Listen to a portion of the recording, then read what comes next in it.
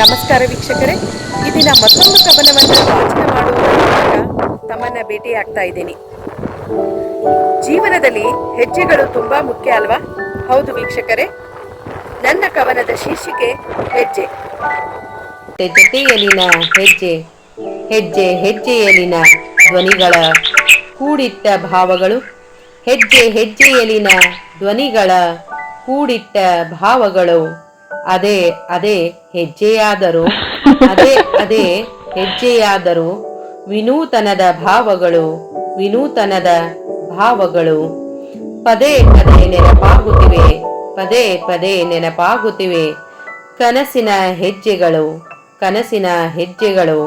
ನನಸಾಗಲಿ ನನಸಾಗಲಿ ಹೆಜ್ಜೆ ಹೆಜ್ಜೆಗೂ ಏನೋ ಕುತೂಹಲ, ಹೆಜ್ಜೆ ಹೆಜ್ಜೆಗೂ ಏನೋ ಕುತೂಹಲ, ಕುತೂಹಲ, ಕುತೂಹಲ.